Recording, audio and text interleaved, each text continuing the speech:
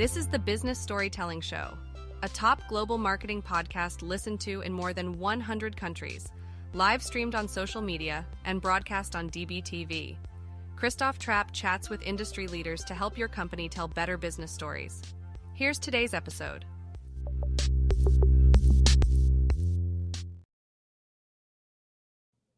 Episode 682, my friends, we're going to be talking about content testing, and certainly that's something we all should be doing. But how do you do it? Do you use technology? Do you just post the same thing in different ways? A/B testing. What are the channels you should even be testing things on? We had, I don't remember his name, a while back talking about SEO split testing. That was kind of a new concept. But today we have Erin Del Ponte. She's not too far from me, I guess. I mean, comparatively to some of the other guests on here. In Wisconsin, I'm in Iowa, so it's a truly Midwestern show today, and she is an expert on concept testing, works in the healthcare space. She can tell me, or wellness space. She can tell me if I mischaracterize that, but really excited to get her thoughts on how do we test content, how do we make sure it's working. And I'm going to throw up her LinkedIn address here on the bottom. If you want to connect with her, feel free to do that. Erin, welcome to the show. Hey, Christoph. Thanks for having me. Nice to see you. You know, I'm saying you're so close to me. I don't even know where New Berlin, Wisconsin is. Could be by Green Bay, and I have no idea. And that's a long way away. So it's by Milwaukee. I think we're pretty close. You're probably Milwaukee is about 4 hours. Yeah, we're pretty close, relatively speaking. Pretty close, but we're not a geography show. We are a marketing show. So let's talk about concept testing. Certainly, you've been out there talking about the topic, but you know, when you hear me talk about these things like, you know, test content here and there, but where should people even start? Can you actually test all the content you're creating? Yeah, I mean, I think you can test it everywhere. Even if you don't necessarily have the technology or tools in place, a lot of it is, depending on where you're testing, can be finding those baselines of your content, and then each piece of content that you create, measuring against that baseline. So I would say, we do that mostly on our site and blog right now, where we don't necessarily have the most robust testing tools available in our current environment. We do have baseline performance that we look at. So we look at views, visits, click-through, engagement, and then using that content, developing those baselines for content types can evaluate whether incoming content is performing as strong as baseline. And that's really, I think anybody can do that. So if you don't have the technology, and you're sort of looking for square one, that's a great place to start. Where we do get a little more sophisticated is when we test content. We think about like in YouTube, or we think about in social, we are able to do A/B split tests in those cases. Sometimes just depending on timing or just, I think, other priorities that we have going on, we use that baseline approach as well on some of the other channels as well. You know, it's interesting. It said somebody scanned the QR code, but I don't see any QR codes on the screen today. Oh, no. I wonder what takes very interesting. Well, here's the QR code to join, to listen to more episodes. But very interesting what's going on here with technology today. But okay, so let's talk about the baseline for a minute. I think this is a super interesting topic. So let's just assume you have articles. And, you know, certainly older articles that are within the strategy and that are ranking for certain things, I mean, they're performing like way better than something new, right? So like, how do you know what is the baseline? So let's say your goal is informational SEO searches. Like, what's your baseline? Like, and what's the timeline? And, you know, how long do you wait? That's a good question. So a lot of times you'll have to sort of like stamp those, or create, I'd say, length of time that an article has been available. And sort of create baselines off of that. Like, we'll often look at timeframes. So articles posted within the last year, or maybe articles that were posted previous to this year, and looking at baselines from those. So it is a little squishy in that measurement, but it does still give you an idea of what kind of visits and what kind of engagement that you get with the content as well. It does work directionally. I would say it's probably not perfect, but it's definitely directionally correct. How do you know, who should be in charge of testing? And I mean, back in the day, you know, I was at a conference one time and somebody says, who should be the digital analyst on the team? And I said, the digital analyst. And that makes sense when you work with bigger companies. They have bigger budgets, they have more people on the team. But now, if you have work on smaller teams, who should actually be doing the testing? So if you have people writing content, creating content, where does it fit in? Is it just going to be added as another task and up to you to find the time, or how would you recommend teams go about that? So we usually have our marketing channel lead sort of lead up that charge, and then we also partner with our analytics team. So oftentimes it's reporting out to the analytics team, we're testing this versus this, or we're adding this new type of content. Oftentimes the analytics team will help us determine what baselines are based on timing and content type. And then it's the marketing team, let's just say submitting a JIRA, right? And then aligning with the analytics on what we saw performance compared to baseline. Or if it's an A/B test, in that case, we'll partner with our e-com team, and then we'll have to set up, if we have a tool on site that will help us measure A/B performance, we then take those results, run them through the analytics team, who's able to come back and help us interpret the results and help us define the path forward. Maybe different content we want to test, different approaches, and what we learned from the existing test. The other thing I find interesting is sometimes you measure things, you look at a dashboard and you're looking week over week, month over month, whatever, quarter over quarter.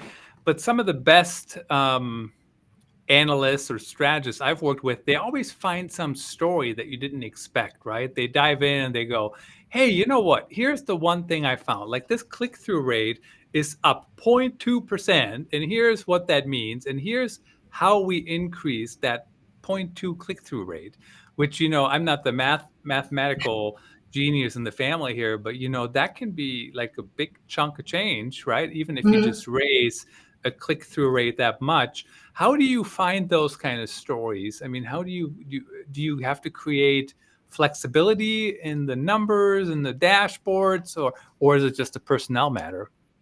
I think it's, and that's why we have analytics partner with the marketing channel. So let's say we're posting video content, for example, and at face value, you can see engagement and view through.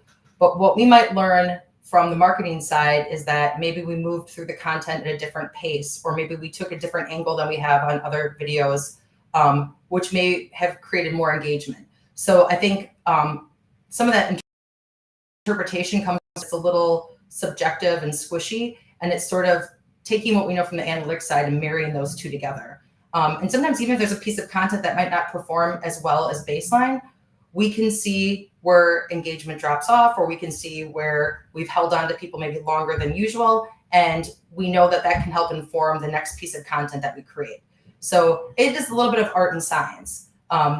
So just because a piece of content doesn't necessarily look like it performs at face value, there may be pieces of it that do work and that we can use to inform future pieces of content. There's always things you can learn, but the trick is to figure out what those pieces are, right? I mean, sometimes you have somebody comes in and say, hey, here's the data. And then you got 8 different points of view of what it actually means. How do you bring that together and not just be a game of whoever has the highest ranking title? I think you have to kind of pull it apart. Like, I'll use an example. We had a blog post at one point in time that included an infographic, and then we had our body copy, and it performed very well and still continues to perform very well. When we have gone and created content, similar topics, sort of almost an enhancement of our original content, but didn't include the infographic, we, for example, learned that the infographic is what was really driving engagement there. So I think it's like pulling pieces out and almost like creating little different tests as well to help inform the bigger picture. And we've actually gone past to pieces of content that didn't perform well from little tests we've done on other pieces of content to help enhance that original piece of content to make it better and bring it back to market. And so you're constantly learning, constantly looking at the content you've created, and constantly, I think, tweaking it and making it better and bringing it back. Yeah, it's just, I think the one thing that's really hard sometimes for people to remember is it's a iterative process, right? I mean, it never stops. You always have to keep looking at it. How often do you, in your experience, does your team go back to existing content? I mean, it's not like, I grew up in journalism, content marketing, right? Content strategy, and like the drive to create new stuff is definitely there. but sometimes that's not the answer, right? I mean, I tweeted or whatever it's called now the other day, like I'm like, I have like 12 years of content. I should update some of this stuff, right? I mean, Right. it's outdated. There's new words, whatever. What's the right mix to like creating, and like optimizing, updating, that kind of thing? We rely heavily on our SEO team to help us understand when it's time to optimize content. So there's sort of a twofold. It becomes sort of a function of, is there content that exists that our channel managers want to leverage for, let's just say maybe we have an email newsletter and we want to leverage content that's maybe dated, and then we optimize it for that purpose. Or we'll work with our SEO team who will say, hey, magnesium is trending right now, for example. And we have this article from 2021 that we think can be optimized because there's definite demand for this. So we'll really lean into the subject matter experts, or we might, in our case too, we have licensed nutritionists, pharmacists who help inform the content that we create for Swanson. So once those experts come to us and say, hey, there's new information, there's new findings, we can probably optimize what we already have. We take that and decide, do we want new content or do we optimize? And it's really partnering the SEO team with those subject matter experts to understand when it's time to optimize and when it's really time to create completely new content. I know we've been using the term content and I do the same thing, but I'd be interested to hear, like in the context of this discussion, when you talk about content, what are you typically referring to? What's your definition of content for what we're talking about? Well, it's funny because content can have a lot of different meanings. In the world that I live in now, when we think of like our on-site content, that's our blog. So that could include video, that could include infographics, include blog articles. We also consider content informational content that's on the PDP or on a product landing page. And offsite, we think of content in terms of especially YouTube. We do quite a bit of video content and even content that we're using in organic social. So we sort of think about it in two different worlds, on platform and off platform. What's your experience and opinion on video on blogs? I mean, I'm always struggling with getting videos indexed. Is that important or is it not important? Or do you haven't even We're thought learning. about it? I'll say we're learning actually. So just this year, I mean, late to the game, we've always really created video content. We've more recently incorporated it into our site.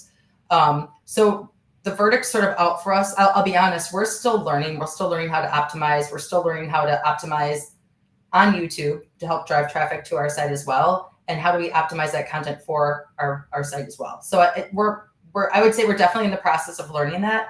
So if anybody wants to reach out and talk to me about that, I would love to hear how it's working for you. Well, the reason I ask is because, first of all, I think there's a technical issue of how to actually do it. And then when you get it done, I wonder what's the value, or is it better to have an article on the topic? Is it better to have more text? Do you know what I mean? So it's always like you're testing, this is working, but does that actually matter? There was somebody who was testing, and I would like to hear your opinion on this one. And they tested whether or not the H structure mattered.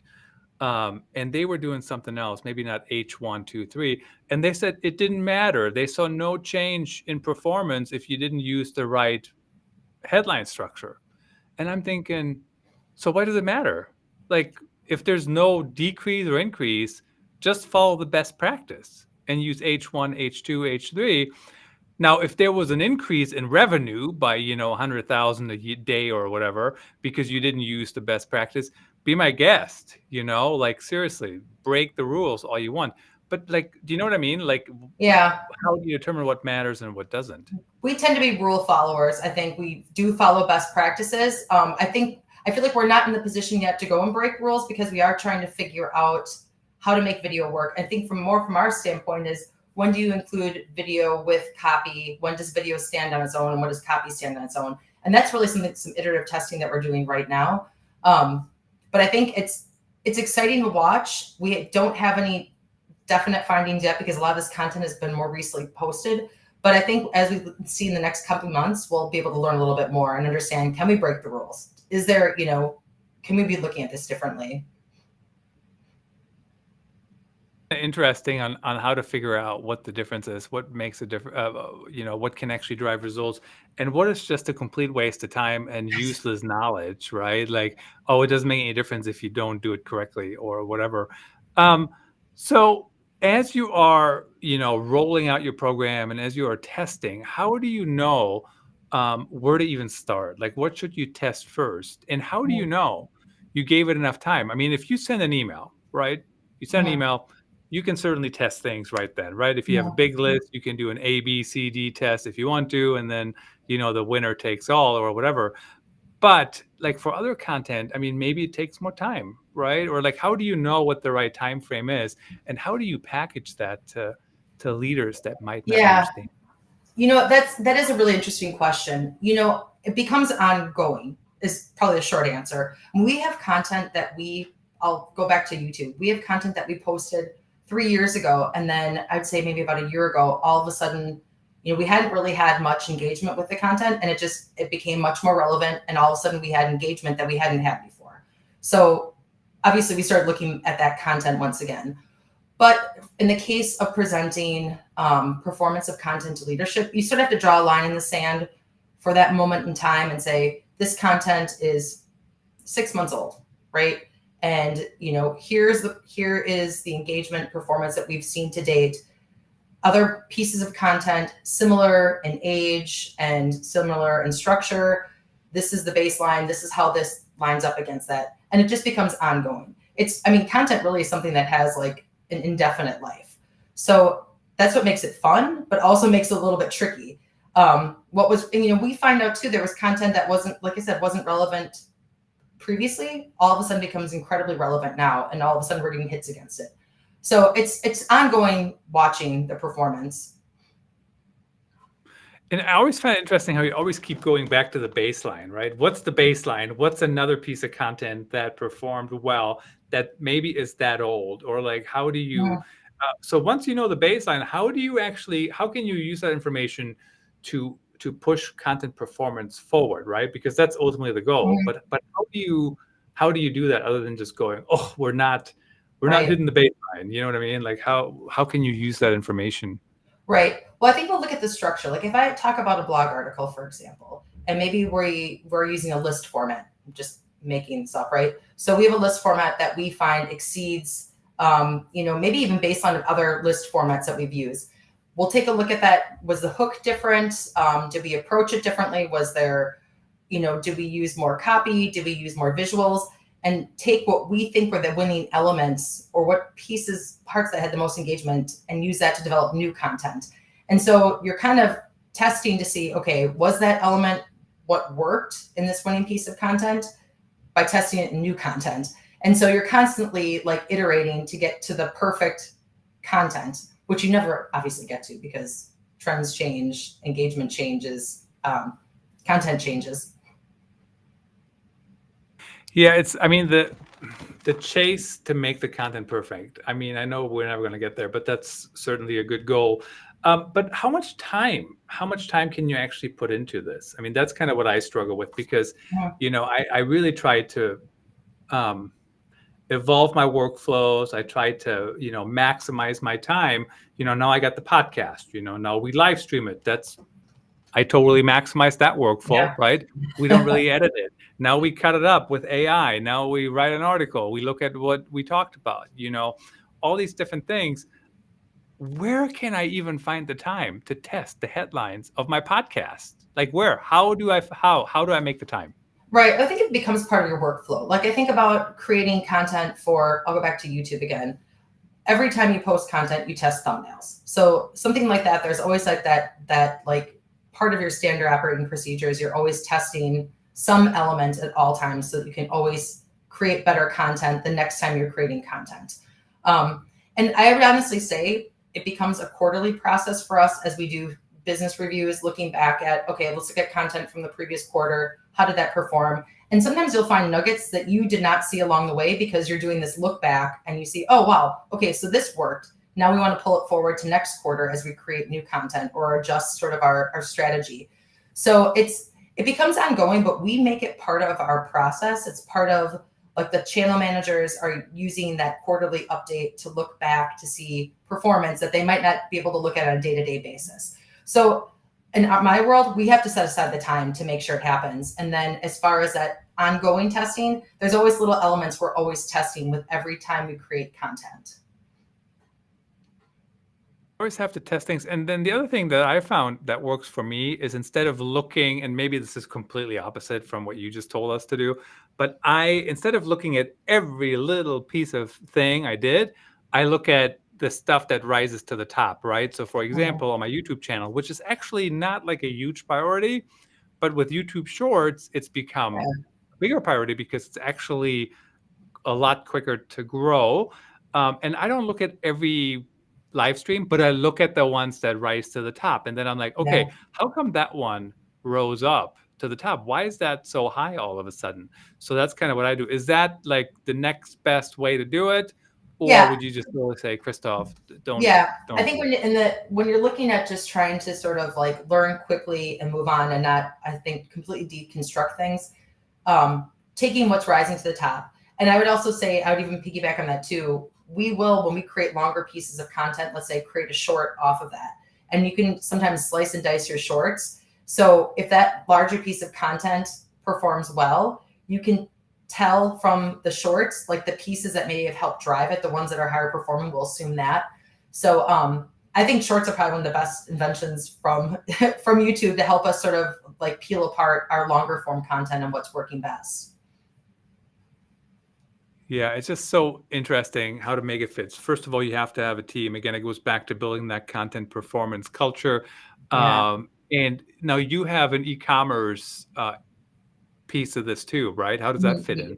Yeah, so we do on our site, we do have a blog, very much educational. I mean, we're selling vitamins and supplements, so there's a lot of questions that people have, and there's a lot of solution-oriented articles as well. But historically, we've always relied on written long-form content. More recently, as we've started developing more video content, integrating that video content with the written content or letting that video content live on its own.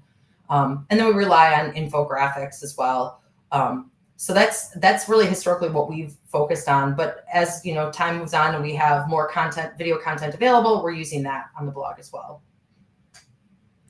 It's a never stopping, always evolving workflow. Erin, really appreciate you coming on the show. Tell people, where do they connect with you? How do they reach out? Yeah, the best place is to reach me on LinkedIn. See the ticker across the bottom here. So I'd love to talk to anybody and talk about how they're making YouTube work specifically.